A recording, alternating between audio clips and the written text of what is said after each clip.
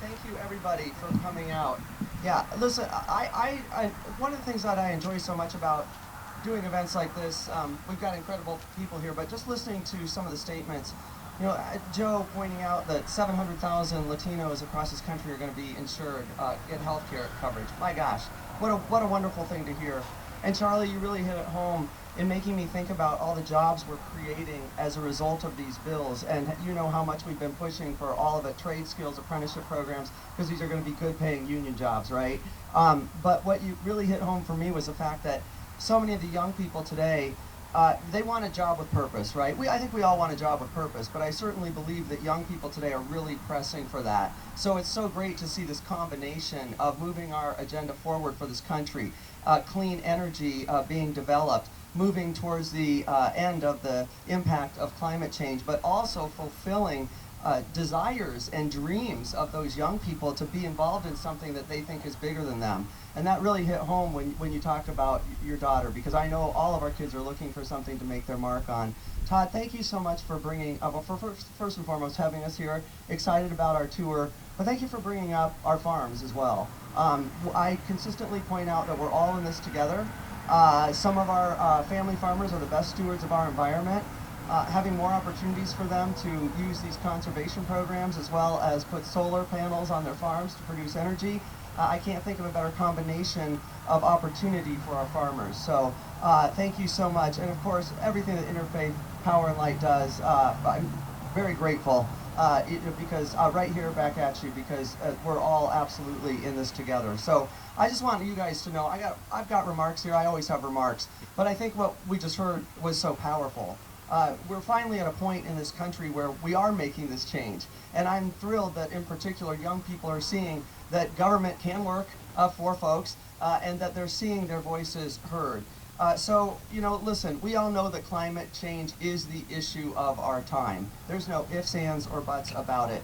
Derechos devastated our communities in 2020 and 2021. I'm sure you were like me saying, what the heck storm was that? I thought I knew every storm in Iowa. And when the derecho came through, these high windstorms, we thought, well, my goodness, what's happening here now? We're seeing tornadoes coming and hitting the ground way early in the year in Winterset and destroying families' lives.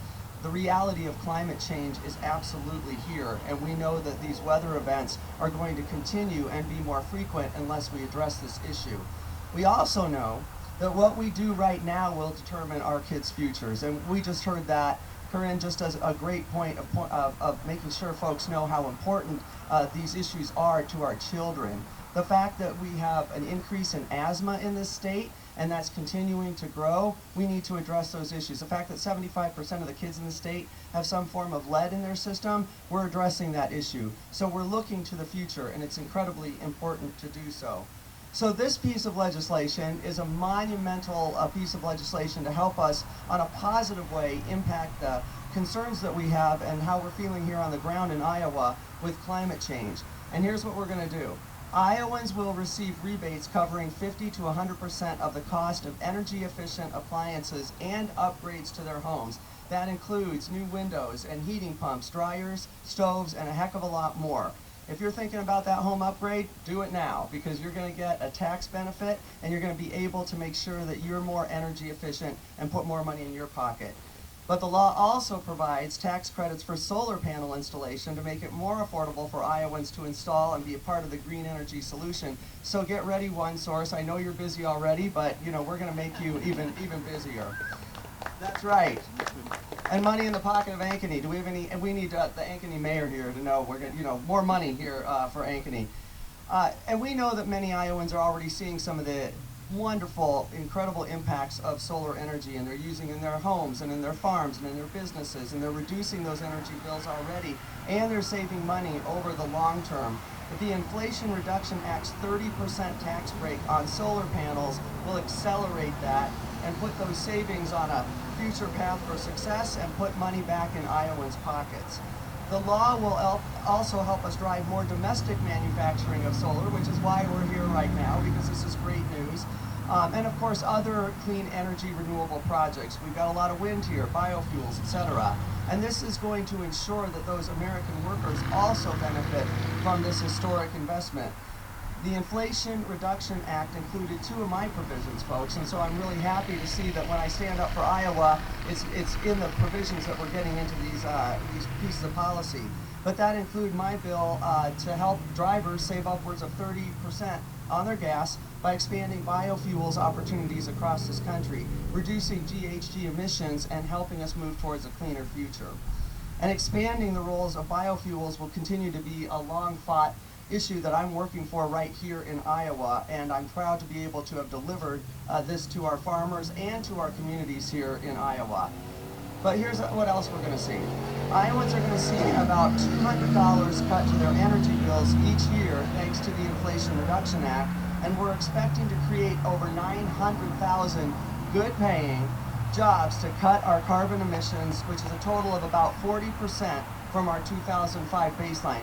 We're expecting to cut it by 40%, okay? This is wonderful, and create 900,000 jobs. And I think you heard earlier why this impact can't be overstated. I mean, our kids' lives are on the line. This is the first time I've seen news reports saying that, you know, we're not going to be as successful or live as long as the generations before us. But we can put that on a different trajectory, and it starts right here at One Source Solar and all the great work that you all are doing to help us make sure that we're giving a brighter future to our kids. And so while the IRA, or the Inflation Reduction Act, is the largest investment we've made in the fight against climate change, the President also signed a bipartisan infrastructure bill into place last year. And those projects are already underway to upgrade aging roads and bridges, and certainly connect people with fiber to get everybody online, to boost the manufacturing of green technologies and build a more resilient infrastructure. And together, these two laws have literally restored American leadership in the fight against climate change. We're taking this very seriously, and I hope everybody is seeing that. This is a nonstop effort, and we're also working on these issues as we put together the Farm Bill in Agriculture Committee. Sustainability and diversity are two of the biggest issues that we're looking to solve and make sure that we can pass those family farms on, they can continue to put solar out there, and that we can continue to feed the world. But together, these two laws have been incredibly impactful. They're going to reduce our dependence on foreign energy sources, lower our energy costs, and significantly bolster the green economy across this country, again, getting to those hundreds of thousands of jobs. So this is a tremendous achievement. And we're also hearing that we're having 350,000 jobs being reshored back to this country. And that is music to my ears. So that is already starting, and I'm so proud to say I'm part of an organization and administration that decided it was time to really make things here in America again. And it starts by producing clean energy. So this is a great and tremendous achievement. I'm so proud to be a part of this. As we celebrate, though, I want to take a moment to recognize the huge life-changing accomplishments like the Inflation Reduction Act and the bipartisan infrastructure bill wouldn't be possible without great advocates like we have here and all of you sitting in the audience today. We literally couldn't do it without the Environmental Defense Fund, without Mom's Clean Air Action Force, without LULAC, without AFSCME, without all of our labor in the AFL-CIO, Interfaith Power and Light, we just mentioned. This all comes down to folks advocating for this. There hasn't been one day in my office in DC or here in district where we haven't heard from someone from these organizations or other like-minded organizations that have been pressing for a cleaner economy and a cleaner world for our kids. So thank you for all that you do, because I think you all know I can't do this on my own in any way, shape, or form. So I very much appreciate it. It's a pleasure working with all of you, and I'm really excited to have this greener, clean energy economy with all of you and your families. Thanks for being here, everybody. And listen, honestly, I want to thank the President and this administration for putting a focus on clean energy. It doesn't come, these bills come out of Congress, and we've been working for this for a long time, and I've been working on a lot of bills that went into this, but without an administration that supports it and supports creating new jobs here and supports labor, we wouldn't have had a chance to get this done. So I'm really grateful that he sees this as something that's incredibly important, equally as we all do. It takes a little bit of time to iron all these things out. We're still kind of getting out some of the information, around the CHIPS Act. We've been boom, boom, boom, Infrastructure, CHIPS Act, now the Inflation Reduction Act. What I can tell you is that it's actively being worked on in the administration right now. The executive branch is working on figuring out how the implementation will go. So I'm hoping that it will be sooner than later. Charlie, have you heard anything on the labor front that coming down from national that there's any indication on timing? Not on the IRA piece of it necessarily, but I haven't heard yet. Okay, okay. So we'll let you know though. Well, I sure. think it's obviously it's something we all want to know, and it's certainly for our businesses they need to be ready to go, and so it's going to be really important that we get that information out. So that's a good question. Do I tell my 30-year-old and 33-year-old daughters about what can happen still in their lifetime? Everything. Listen, honestly, we're on such an upward trajectory. First of all, I'd say tell them to vote. We need to make sure that we're continuing to elect climate champions, continuing to elect healthcare champions, continuing to elect people who want to support our young people who, by the way, are probably having some of the biggest struggles in this country right now.